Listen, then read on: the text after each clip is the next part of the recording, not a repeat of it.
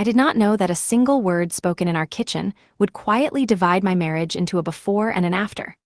My husband Marcus and I had been married for 6 years, long enough for habits to feel permanent and roles to feel fixed, long enough for me to believe that stability meant silence and cooperation.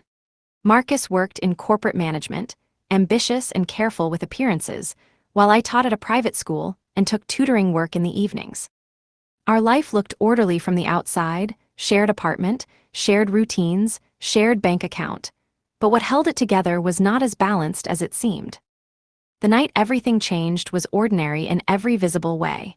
It was a Thursday, dinner was almost ready, and the apartment smelled like herbs and simmering broth. Marcus came home later than usual, still wearing his work suit, his movements sharp and controlled, like he was still in a meeting. I stayed by the stove, stirring slowly, already sensing that something rehearsed was about to be delivered. He told me he had been promoted, though I already knew from the message he sent earlier that day. I congratulated him sincerely. I had never felt threatened by his success. What followed the promotion, however, was not celebration but calculation.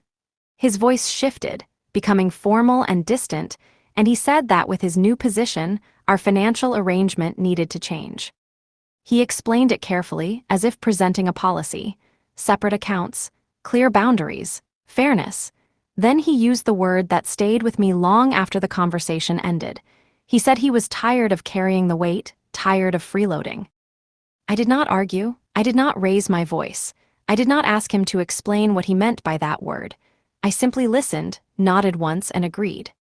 I told him we could separate our finances, split expenses evenly, and start fresh. My calm surprised him. He had expected resistance, maybe emotion, but he accepted my agreement quickly, relieved, almost pleased. We finished dinner in silence. He checked his phone. I cleared the table. Before going to bed, he mentioned that his mother would be coming for lunch on Sunday and asked what I planned to cook for her. I answered without hesitation. That night, after he fell asleep, I opened my laptop at the small table in the corner of the room and began writing things down. Not out of anger and not for revenge, but because something in me had shifted, and I knew this was only the beginning. The morning after that conversation, nothing looked different, but everything felt unsettled. Marcus left early for work, confident and unburdened, already acting as if the matter was resolved. I stayed behind, moving through the apartment with the quiet focus of someone who had made a private decision. I did not confront him. I did not explain myself. I began preparing. That same day, I took out an old storage box from under the bed, the one Marcus used to mock for being unnecessary. Inside were folders, envelopes, and receipts I had never thrown away. Utility bills, rent statements, bank transfers, credit card records, handwritten notes. I laid them out on the table and started sorting them by year. 6 years of shared life reduced to paper and numbers. For 2 nights in a row, after Marcus went to sleep, I stayed awake documenting everything. Every expense I had quietly covered. Every payment I had handled because it was easier to do it myself than remind him again. I wrote without emotion, just facts, dates, and amounts. The total kept growing in a way that forced me to pause more than once. Each number contradicted the story Marcus seemed to believe about who was carrying whom. I noticed how naturally I had slipped into this role over the years. Not because anyone asked me to, but because things fell apart when I did not. Bills went unpaid. Appointments were missed. His life ran smoothly because I absorbed the friction. That labor never appeared on a paycheck, never earned praise, and apparently no longer counted. On Sunday, his mother arrived exactly on time. The lunch went as it always did. Marcus spoke about his promotion. She praised him openly. I served the food, refilled glasses, and listened. When she repeated the word he had used earlier in the week, casually and without hesitation, Marcus said nothing. That silence told me more than any argument could have. That night after they left, I saved my files, copied everything onto a small USB drive, and placed it in the back of my desk drawer. I did not feel angry. I felt alert. The kind of awareness that comes before a storm, when the air is still and you know something is about to break. Monday arrived with a sense of pressure that had nothing to do with time. Marcus moved through the apartment like someone who had already moved on, dressed sharply, phone in hand, focused on work. Over coffee, he reminded me that we would go to the bank that evening to separate our accounts. His tone was light, almost cheerful, as if this was a simple administrative task. I agreed and said nothing more. The day passed quietly. I worked, answered messages, and kept my schedule unchanged, but my attention was elsewhere. I knew that once we sat across from a banker, the idea of fairness would stop being abstract. It would have numbers, lines, and signatures. Marcus arrived late to the bank, distracted and impatient. When the clerk asked how we wanted to divide the balance in our joint account, he turned toward me with an expectant look, already assuming the answer. I said we should split it evenly. The word seemed to unsettle him. He hesitated, then agreed, clearly uncomfortable but unwilling to argue in front of a stranger. We signed the paperwork. The joint account would be closed, 2 separate accounts opened, new cards issued. Automatic transfers adjusted. When the clerk asked how we planned to manage shared expenses, Marcus answered quickly, saying we would split everything equally. I suggested a shared spreadsheet to track costs. His expression shifted again, as if he was only just realizing that separation meant visibility. That evening, we did not eat together. I had already had dinner. He stood in the kitchen, unsure, reheating food on his own. The routine we had followed for years was gone, replaced by something awkward and undefined. He asked if I was upset. I told him I was not. That was the truth. Later, lying in bed with the lights off, he said I felt distant. I reminded him that distance was part of what he asked for. He turned away without replying. The next morning, I stopped doing the things I had always done automatically. I prepared only my meals. I washed only my clothes. I tracked every household purchase in the spreadsheet we had created. When Marcus finally looked at it, his face tightened. He did not comment, but I could see that the numbers were beginning to disturb him. 3 weeks had not yet passed, but the weight of his decision was already settling in. By the second week, the atmosphere inside the apartment had changed completely. Nothing was openly hostile, but everything was tense. Marcus moved carefully, as if afraid of triggering something he did not yet understand. The spreadsheet had become impossible to ignore.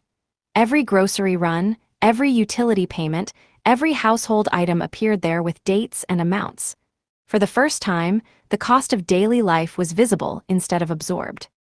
Marcus tried to act normal, but small things began slipping. He bought food that did not last, forgot items he needed, spent more than expected. Each mistake showed up in numbers. Each number stayed there, undeniable. He stopped opening the spreadsheet after the 3rd day, but that did not make it disappear. The real shift came when his sister called to confirm she and her husband would visit for dinner that weekend. Marcus repeated the message to me without thinking, like he always had, assuming I would take care of it. I told him calmly that I would not be cooking. He stared at me, confused, then irritated, then uncertain. He said his family expected a proper meal. I said his family was his responsibility. The conversation ended there, unfinished, hanging between us like a threat. Saturday evening, he went grocery shopping alone. He was gone for hours. When he returned, his confidence was gone. He did not complain, but his silence was loud. I stayed in my room and listened to him move around the kitchen, opening and closing cabinets, searching for things he had never needed to know before. Sunday arrived. His sister walked in, looked at the table, and immediately sensed something was wrong. She asked what happened. Marcus tried to explain, stumbling over his words. He mentioned separate finances, fairness, independence. He did not mention the word freeloading, but his sister said it for him. The room went quiet. She laughed, not amused, and said exactly what he had refused to hear. That nothing in this house had ever run on its own. That someone had been carrying the weight, and it was not him. They left early. After the door closed, Marcus stood alone, surrounded by the evidence of his effort. I walked past him and placed a folder on the table. He looked at it without touching it. I told him everything was inside. 6 years, numbers only. For the first time since his promotion, he did not look powerful. He looked unprepared. Marcus did not open the folder that night. He sat at the table for a long time, staring at it as if it might accuse him the moment he touched it. I went to bed without saying anything. Silence had started doing the work that arguments never could. The next morning, he opened the folder while I was in the other room. I knew because I heard the slow sound of paper being turned, then stopping, then starting again. No voice followed, no questions, just quiet.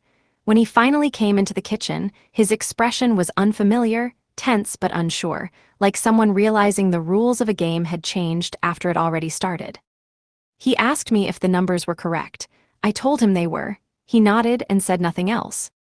That week, he began trying to fix things in ways that did not require understanding. He washed clothes incorrectly, mixed colors without noticing. He vacuumed once and broke the machine. Each attempt ended in confusion, frustration, or damage. I did not intervene. I did not correct him. I let the consequences remain his. Then the phone rang. It was his father. Marcus put the call on speaker without thinking. His father spoke slowly, deliberately, and without anger. He said he had heard everything. He asked Marcus if he remembered who had planned birthdays, holidays, visits, and family gatherings for years. Marcus did not answer.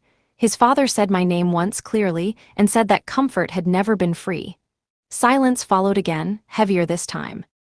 After the call ended, Marcus sat with his head lowered. He did not apologize. He did not defend himself. He asked what he could do to fix it. I told him I did not know if it could be fixed. The following morning, he handed me several pages of handwritten notes. At the top was a title in careful letters. Below it was a list of things I had done for him over the years. It went on longer than he expected. He said he had never seen it all at once before. I read it without responding. Recognition had arrived, but recognition alone was not the end. What mattered now was whether it would last, or whether this was only fear speaking. That was when I understood that the hardest part was not making him see the truth. It was deciding what to do after he finally did. Marcus changed after that, but not in a way that brought relief. His effort became visible, deliberate, and constant, yet something underneath it felt unstable. He cleaned, cooked badly, forgot things, remembered others, and kept checking the spreadsheet as if it were a verdict waiting to be delivered. Every action looked like proof, not habit. Days passed like this, tense and unfinished.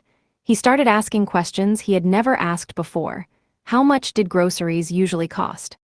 How often did utilities get paid? Why certain things ran out so quickly? Each answer unsettled him more, because every explanation revealed how little he had noticed for years. One evening, he sat across from me and said he wanted us to stop separating things. Not just money, but responsibility. He said he finally understood what he had done wrong. I did not answer immediately. Understanding once was not the same as understanding always. I told him that nothing would change just because he felt regret. If anything changed, it would have to stay changed. He agreed too quickly. That worried me more than resistance ever would have. Over the next few weeks, he tried harder. He woke earlier. He planned meals. He failed repeatedly, but he kept going. The tension in the house did not ease. It shifted. The balance of power was no longer where he expected it to be, and he felt it. I felt it too. Then he told me he had been offered another promotion. Higher position, more money, more hours. He waited for my reaction, watching carefully. Months earlier, this would have been a victory announcement. Now it sounded like a test. I asked him what he planned to do if it put us back where we were before. He did not answer right away. For the first time, his ambition hesitated.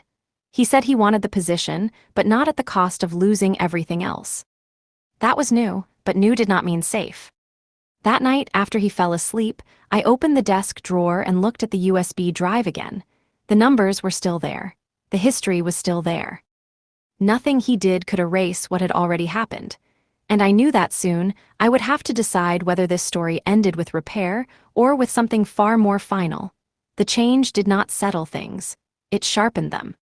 Marcus began acting as if every moment was a test he could still fail. He measured himself constantly, watching my reactions, waiting for approval that never came. The more he tried to fix the damage, the more obvious it became how deep it ran. Effort could not erase history. It could only expose it. One evening, he asked if I was planning to leave. The question came suddenly, without warning, like a crack in the floor. I did not answer right away. Silence had become my most honest response. When I finally spoke, I told him I had not decided anything yet. That uncertainty frightened him more than a clear threat ever could. He started overcompensating.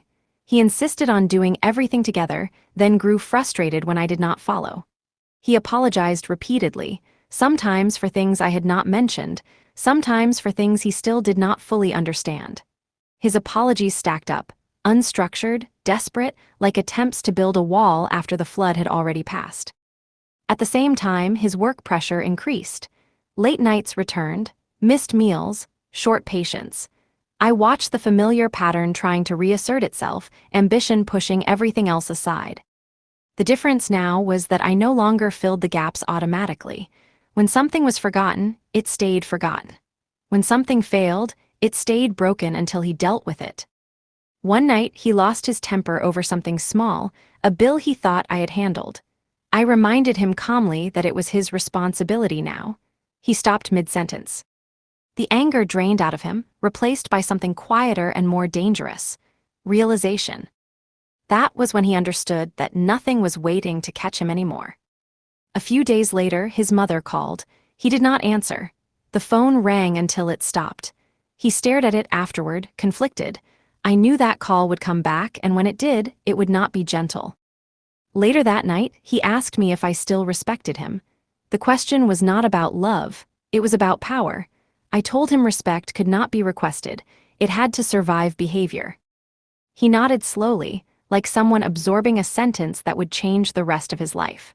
And for the first time since all this began, I saw fear on his face, not of losing comfort, but of losing position. Something was moving toward a breaking point. Neither of us knew yet what form it would take, only that it was no longer avoidable. The breaking point came quietly, without shouting or drama. Marcus came home late one evening and told me his mother wanted to meet. Not for lunch, not casually, but to talk. He said it carefully, already tense, already defensive. I told him he could meet her wherever he wanted. I would not be there. That answer unsettled him more than refusal ever could. They met 2 days later. When Marcus returned, he looked altered, like someone who had been forced to hear a version of the truth he could no longer ignore. He did not tell me what was said at first. He moved around the apartment in silence, unable to sit still, unable to focus. Later that night, he finally spoke. He said his mother was angry, not at me, but at him. She had been confronted by someone else in the family, someone who repeated the story back to her without softness, without protection. Hearing her own words reflected back had unsettled her. Marcus said she asked why he let things go that far, why he did not see what was happening in his own house. That question stayed with him. The next morning, he left a letter on the table before going to work. Not a message, not an apology, but a written account of what he now understood. He described moments he had dismissed, tasks he assumed happened on their own. Decisions he never noticed being made.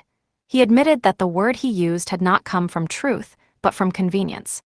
I read the letter once and folded it carefully. Words were no longer the issue. They had arrived too late to be trusted. That evening, I told him I needed space to decide what I wanted. Not a separation, not a reconciliation, but distance from pressure. He agreed, but the agreement cost him. I could see it in the way he watched me, realizing that control had left the room and might not return. A few days later, his promotion offer expired. He had not accepted it yet. The company asked for an answer. He asked me what I thought. I told him the decision was his. For the first time, he understood what that really meant. Whatever he chose next would not be buffered by my silence. And whatever I chose next would not be shaped by his fear. Marcus did not take the promotion. He sent the email late at night, then sat at the table staring at the screen as if waiting for something to happen. Nothing did. No relief. No sense of victory. Only the understanding that for the first time, he had made a decision without assuming I would absorb the consequences. The next day, his father came to the apartment. There was no warning. Marcus looked startled when he opened the door, like a child caught unprepared. His father did not sit down right away. He stood, looked around, and said that he finally understood why things had reached this point. He said silence had protected the wrong person for too long. He turned to Marcus and spoke plainly. He said love did not disappear suddenly. It eroded when effort went unseen and when comfort was mistaken for entitlement. Marcus listened without interrupting. When his father finished, he left without asking for a response. After that, Marcus tried to slow everything down. He stopped pushing for answers. He stopped asking what I planned to do. The pressure eased, but the uncertainty grew heavier. We moved through the same space carefully, like strangers waiting for a verdict that had not yet been delivered. One evening, I took the USB drive out of the drawer and placed it on the table between us. Marcus stiffened when he saw it. I told him I was not showing it to punish him. I was showing it to remind him that memory mattered, that what happened could not be undone, only acknowledged. He asked if I still loved him. The question landed hard because it was no longer simple. I told him love was not the issue, trust was, safety was, whether I could exist in this marriage without disappearing again. He did not argue, he did not promise anything. He only said he understood why the answer could not come quickly.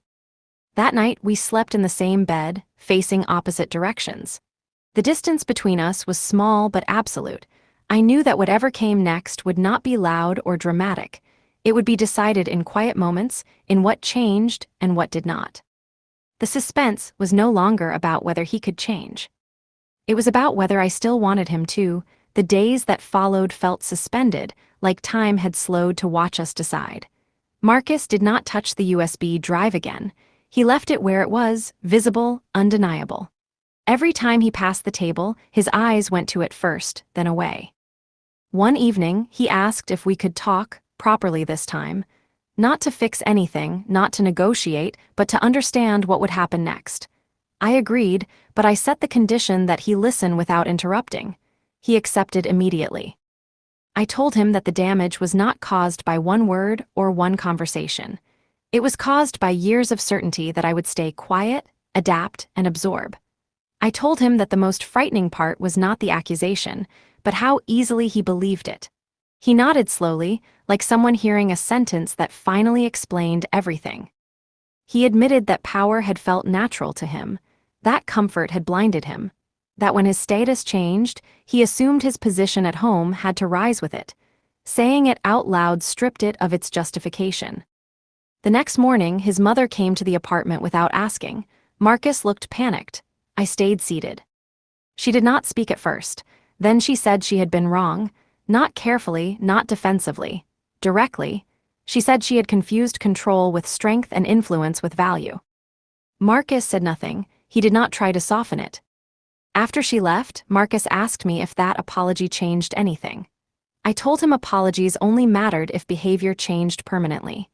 He said he understood, but his voice carried fear again, not of guilt, but of losing ground he could no longer reclaim by effort alone.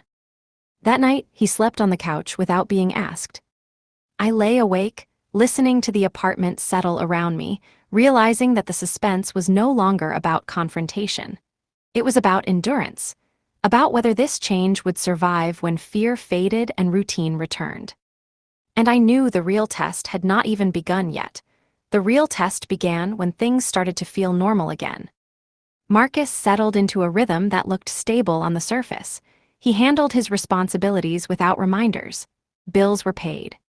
Groceries were planned. The spreadsheet stopped growing unevenly. Weeks passed without conflict, and that quiet was more unsettling than any argument. Change driven by fear often fades once the fear does. I watched carefully, not for effort but for instinct. I paid attention to what happened when he was tired, distracted, or under pressure. Those were the moments that mattered. One evening, after a long day at work, he snapped at me over something small. The words were sharp but familiar, the old tone. He stopped mid-sentence, visibly catching himself, and apologized. The apology came quickly, almost automatically. That worried me. Reflex was not the same as understanding. A few days later, he forgot a commitment he had made, something he had insisted he would handle. When I did not step in to cover it, he panicked. The panic told me everything. He was still expecting a safety net. That night, I told him I needed to step away for a while. Not to punish him, not to create drama, but to see who he was without me nearby to adjust for him. The idea shook him. He asked how long. I told him I did not know. He tried to argue, then stopped himself. He said he understood why I needed distance. I could see how much it cost him to say that without adding conditions. I packed a small bag and stayed with a friend. We spoke occasionally, briefly. He told me about his days. I did not give advice. I did not correct anything. I let silence do its work. 1 week turned into 2, then 3. When we finally met again, Marcus looked different. Not broken, not triumphant, but steadier. He did not rush to explain himself. He asked how I felt, not what I planned to do. That was new. And that was when I realized the suspense was no longer about whether he could change his behavior. It was about whether he could let go of the version of himself that believed I would always stay. Living apart changed the pressure between us. Without me there, Marcus had no audience and no shield. Every decision was his alone. When we spoke, his words were careful, but no longer rehearsed. He talked about mistakes without defending them. He talked about days that went wrong without blaming anyone else. When I returned after 3 weeks, the apartment felt different. Not improved, just altered. Things were imperfect but functioning.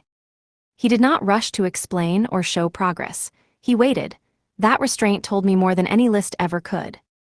We sat across from each other and spoke plainly. He said he was learning how much of his life had been structured around being supported without noticing it.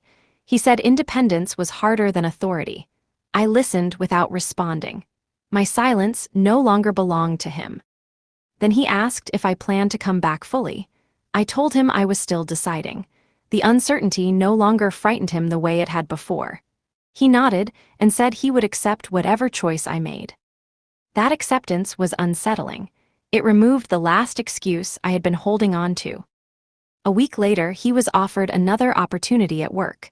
Not a promotion, but a project that required long hours and constant availability. He told them he needed time to consider. He told me only after making that choice, not to ask permission, but to inform me. That night I saw the old pattern try to surface again: work pressure, fatigue, the instinct to withdraw. This time, he noticed it before I did. He stopped himself and addressed it directly. I realized then that change had finally reached the point where it no longer needed my reaction to guide it. That was dangerous. Because if he no longer needed me to become better, then the decision left in front of me was no longer about saving something broken. It was about whether I still wanted to be part of what remained. Marcus did not rush the next step. That restraint made everything heavier. There was no pleading, no urgency, no attempt to pull me back into place. He acted as if the outcome was no longer something he could manage. One evening, he handed me a document. Not an apology, not a promise. A plan. It listed responsibilities, not as duties assigned to me, but as tasks he would handle regardless of what I chose. Finances, household work, family obligations. Each item had timelines and contingencies. He said he wrote it so that nothing depended on my presence again. I read it slowly. What unsettled me was not the effort, but the assumption underneath it. He was preparing for a future where I might not be there. That acceptance shifted the balance again. A few days later, his company announced restructuring. Positions were being reassessed. The security he once relied on was no longer guaranteed. When he told me, he did not dramatize it. He said uncertainty was part of the risk he had ignored before. This time, he would carry it himself. The following week, his mother called again. He took the call privately. When he came back, he told me she had asked whether we were separating. He said he did not answer. He said it was no longer his story to explain. That answer mattered more than he realized. Later that night, I asked him what he feared most now. He thought for a long time before speaking. He said he feared becoming comfortable again, comfortable enough to forget. That fear was honest. I realized then that the suspense had shifted once more. It was no longer about whether he would return to old habits. It was about whether I could stay without watching for them. I did not answer his fear that night. Some questions change shape if you touch them too early. Instead, I told him what I needed if we were going to continue sharing the same space. Not promises, not plans, boundaries that did not require negotiation. I told him I would not explain myself repeatedly. I would not monitor his effort. I would not remind him who I was to him. If something slipped back into old patterns, I would not argue. I would leave. He listened without interruption. No bargaining followed. That silence was deliberate. The next weeks tested that silence. Stress returned in small, sharp ways. Deadlines, unexpected expenses, family expectations. Each moment carried the possibility of collapse. I watched how he handled them without looking at me for direction. Sometimes he failed.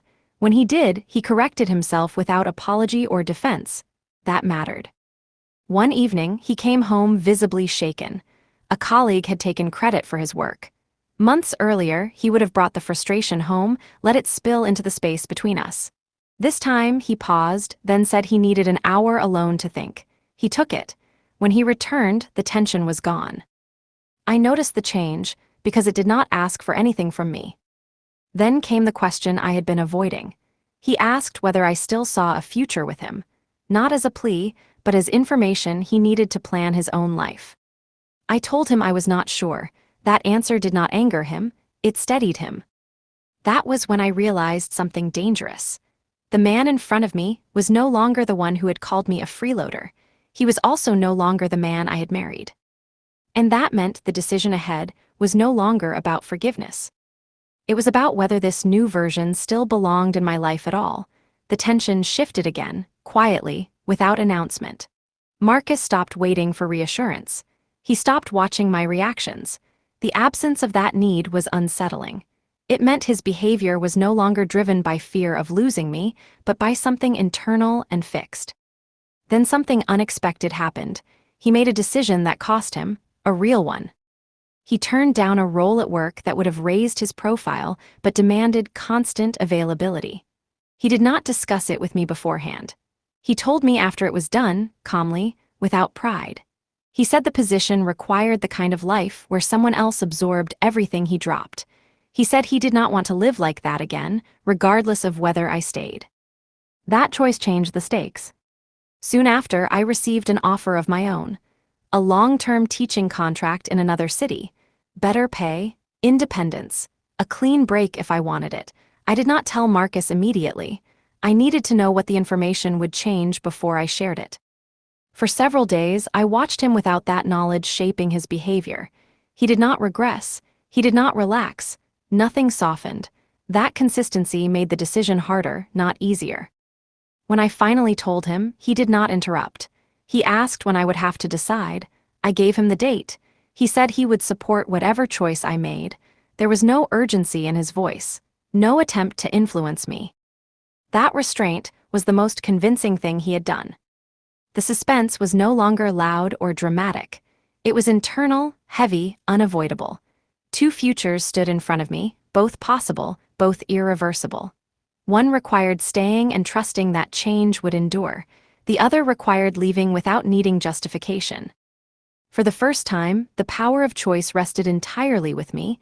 I did not tell Marcus my decision right away. The deadline approached quietly, without reminders. The offer sat in my inbox, unchanged, waiting. I wanted to see what would happen when time applied pressure without explanation. Marcus sensed it. He became more careful, not with me, but with himself. When problems came up, he handled them without looking for backup. When work demanded more, he pushed back. Not aggressively, but firmly. I noticed he no longer spoke about success the way he used to. There was no performance in it now. One evening, he asked if I needed help packing. The question caught me off guard. He did not ask whether I was leaving. He did not assume I was staying. He asked how he could be useful without claiming a position in the outcome. That question stayed with me longer than anything else he had said. The following day, his mother came by unexpectedly. Marcus met her at the door and stepped outside to talk. I could hear their voices through the wall, hers sharp at first, then quieter. When he came back in, he told me she wanted reassurance. He said he did not give it. He said this was no longer something he could manage for her either. That night, I opened the folder one last time, not to check numbers, but to remember why it existed. It was proof, not leverage. It reminded me how easily effort disappears when it is expected instead of acknowledged. The next morning, I emailed my response. I did not feel relief after sending it. I felt alert. Marcus came home later than usual. He asked if I had decided. I told him yes. He waited, completely still. I realized then that suspense was no longer about conflict or regret. It was about consequence, about what happens when power shifts and does not return to where it started. And whatever I said next would end the story we had been telling ourselves for years. I told Marcus my decision without preparing him for it. I said it plainly, without explanation or defense. The words landed between us and stayed there. He did not react the way he once would have. There was no argument, no attempt to negotiate, no sudden urgency. He nodded slowly, as if he had already imagined this moment and accepted it as possible. He asked when I would leave. I gave him a date. He wrote it down, not to control it, but to remember it correctly. That small action carried more weight than any promise he had ever made. The days that followed were careful and restrained. We moved through shared spaces knowing the end was scheduled. Marcus handled practical matters without involving me. He informed his family himself. He took responsibility for explaining what had happened without reshaping it to protect his image. I heard later that his mother had been quiet for a long time after that conversation. One evening, he told me he had started therapy. Not as a gesture, not as proof, but because he no longer trusted his own instincts the way he used to. He said that kind of work needed to continue whether I stayed or not. I believed him, but belief no longer carried obligation. As the date approached, tension returned in a different form. Not conflict, but awareness. Every conversation felt final. Every silence felt deliberate. The suspense was no longer about whether things would collapse, but about how cleanly they would end. The night before I was supposed to leave, Marcus asked one last question. He asked whether anything he had done in the past months had mattered. I told him yes. It mattered because it was real.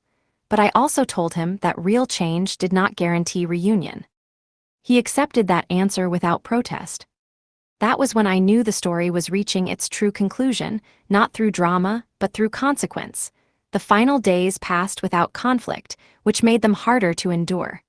There were no arguments left to resolve, no accusations waiting to be spoken. Everything important had already been said.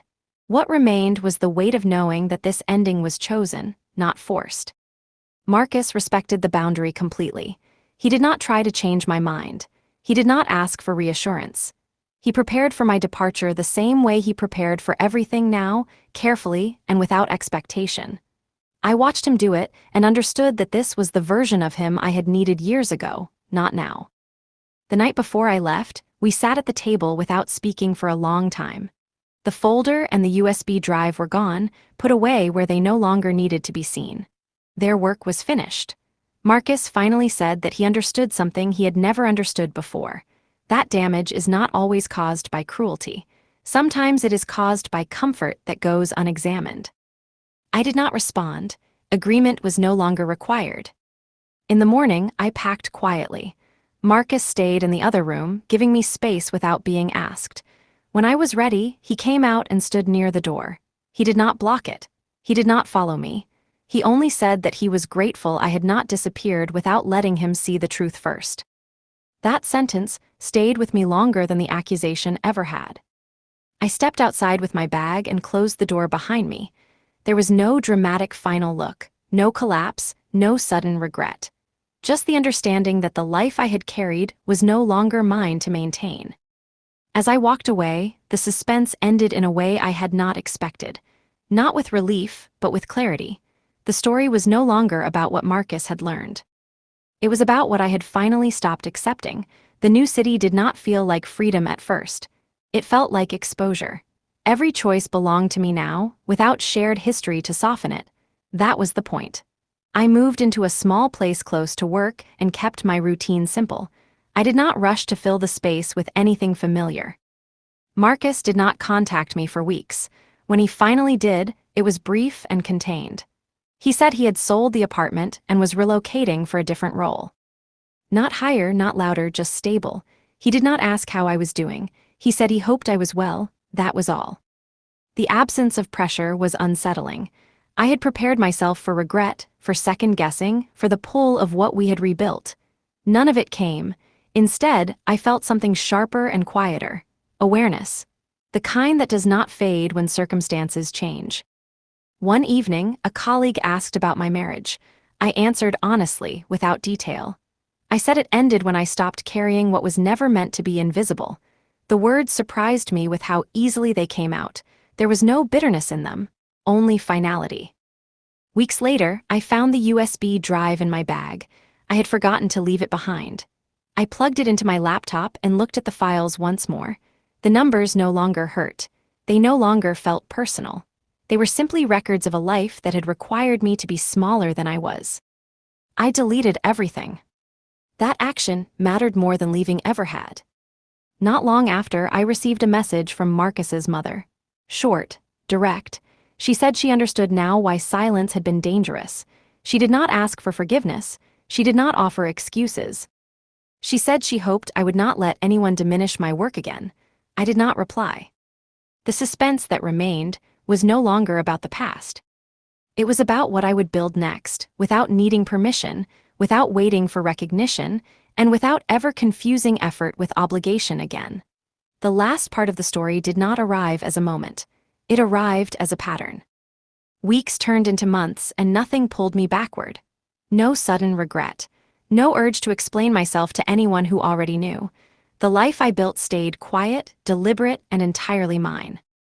That silence was not empty, it was stable.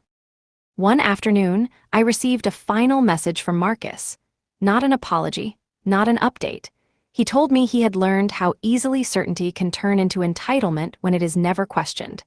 He said he was learning to live without assuming someone else would soften his edges. He did not ask for a response. I did not send one. Later that evening, I realized something unsettling. The suspense I had carried for so long was gone. Not resolved, not eased, but finished. There was no longer a future version of the past waiting to surprise me. Everything that could surface already had. I thought back to the night he used that word in the kitchen. How calmly I had agreed. How dangerous that calm had been. That was where the story truly began, not with anger, but with recognition. I understood then that the ending was never about separation or repair. It was about visibility. Once I saw the shape of the life I had been holding together, I could no longer unsee it. And once I stepped away, there was no version of love that required me to disappear again. The story ended without witnesses. No one clapped, no one argued, nothing collapsed. It ended because it could not continue in the same form, and because I chose not to wait for permission to stop. That was the final consequence. And nothing followed it. You have reached the end of the text.